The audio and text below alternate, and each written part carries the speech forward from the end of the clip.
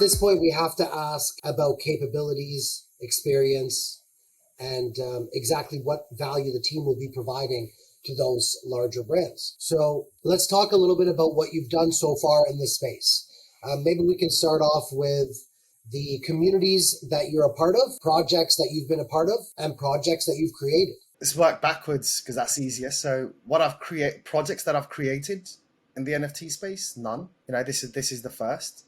But I wouldn't really call it we're creating a project because I build companies and not projects. So this is the first company that we're building in the Web3 space. Am I involved in any communities? I guess involved with quite a few of the larger communities, different things like Goda and Moonbirds, Doodles. Of course, these communities are great. One, to actually have the NFT itself, but two, as a learning opportunity from these communities, the owners of these projects and how they've created their companies is something that you got to learn. Definitely in lots of different communities. Which ones have I been involved in directly on a daily basis? My background, like I said, in sales, building business operations and building, putting businesses together. My initial thing over the last 12 months was how could I transfer my initial skill set into this industry? And that was by being employed by an advisor on the operational side of a project or a business. So altogether, there's been 5 projects that I've been involved in on an advisory capacity. And what I advise them on is how to structure their operation and how to structure their teams, and then how to start building their community and engaging with their community to successfully get through to mint.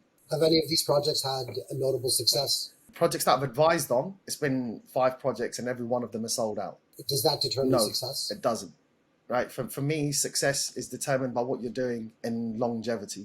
Achieving, getting to mint date and selling out is just, for me, is just a fundraiser. It's what you do with that afterwards. Do all of those projects exist today and are still building? Absolutely. Have they succeeded in giving back what they promised in terms of building the infrastructure? No, they haven't as yet because they're still building. But one of the things that all of those projects have in common is a clear line of communication with their community. Community knows exactly what's happening, what to expect, and are adding value, they're having fun. I guess the one project that I'm involved in with a lot hands-on is the Average Punks, the AVPs. It's a community that I got involved with 3 to 4 months after I got into the NFT space. You were talking about opportunism.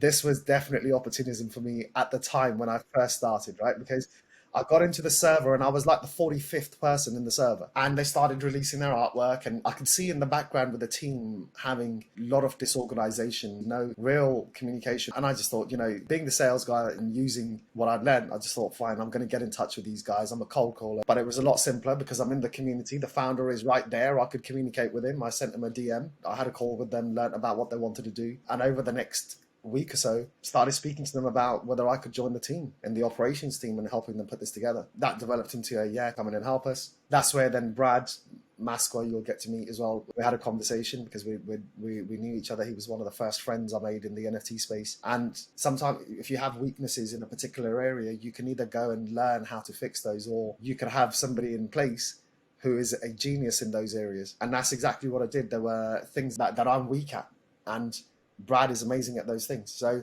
we made a good pair. So as soon as I unearthed this opportunity, I said, Brad, you know what, we've gotten into this project and there's possibility of us to learn loads. Should we go and work with them?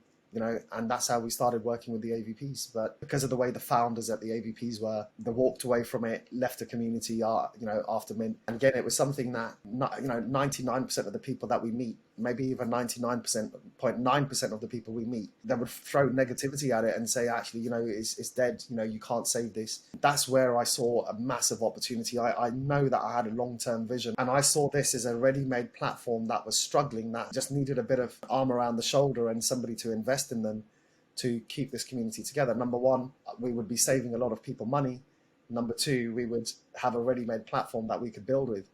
And so what Brad and I did was we started speaking to key community members that had been in that community for a long time, and started putting a team together that we thought could deal with this sort of thing and help save this project and stabilize it. Over the next 2-3 months, it was a battle. And I remember some 20-hour shifts finishing my day job and then sitting in here and talking to the community. And I'm proud to say, we're 10 months old as a project, and people didn't give the project a chance to survive for even a month after what happened with the founders happened. And the fact that we're here and now we're starting to build, and that same community that stuck throughout is now going to benefit from this. So you were talking about how are we going to create this opportunity? How are we going to give the everyday person access? Well, all of those people that stood by us, that helped me learn, that help the team learn, are going to benefit from this in a big way. These people showed me faith when I had nothing to give them. They stood by me and I stood by them. The team stood by them over the first few months when things went wrong. And, you know, we've come out of it strong. How has your team excelled in rebuilding this project or establishing the project after you took it over? I think in life, communication is an issue, and having a place where you can be yourself and trust the people around you are, you know, not going to take advantage of you. You know, that's hard to find. And I'm proud to say that we've sort of created that platform and that hub, that home in AVPs. I think that by far my proudest achievement is that there's been a number of people in that community that have felt comfortable enough to DM me. Most of them have my phone number to say, you know, I feel down today, I just need someone to talk to, or I'm going for a job interview, I'm nervous, can you give me some advice? The fact that we've created such a trusting environment is probably my proudest achievement. So I really respect that because I'm a member of the community. I see it. I have done it, you know, personally. So definitely, I agree with that. It resonates with me. The other side of being the founder of an NFT project or the leader of an NFT project or a team as a whole is building value for the NFT, onboarding new members, strengthening the community and expanding it. What are your thoughts on your actions so far as a team to do these things? To build a brand in any industry, you've got to learn about the industry first, right? So for the last 6-7 months since we've taken over the AVPs has been a learning curve. But in the background, I've been focused on having a look at how do we build a brand. AVPs was set up as a project. How do we make that project off a company that is then going to focus on building its brand? So what have we done so far? I think we've put together a lot of infrastructure. So we haven't taken shortcuts. You know, we want to build a brand. So we've got a professional, you know, marketing agency, branding agency involved. We're not taking shortcuts. We're not saying, you know, can we save costs by bringing in people from the community to do this? It absolutely is something that we did over the first 6-7 months.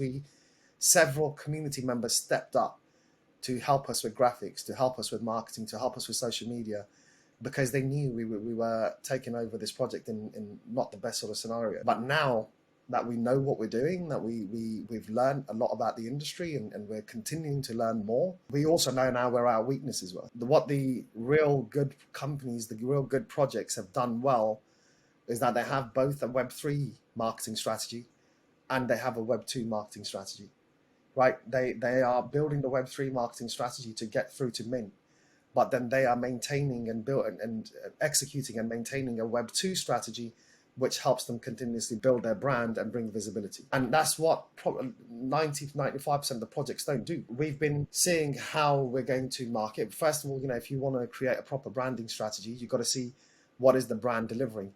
Is it just artwork? Is it a product? What is it doing? So been building infrastructure, we've been building products, we've been building proofs of concept in the background. And now over the next few weeks, all the execution of the marketing strategy will start to come in. I've asked my marketing team, the branding team for the Web2 strategy, like they would be releasing a clothing brand or a music video. You know, if they were doing that, what would be the marketing strategy that would be put together? The main thing is it's going to take a large amount of investment, which we're prepared to do. And over the last 7 months while we were learning, I just wasn't prepared to make a huge investment where my knowledge needed to be improved. So I'm not saying that my knowledge is at 100% right now, but I can say that it's a million miles away from where it was 7 months ago.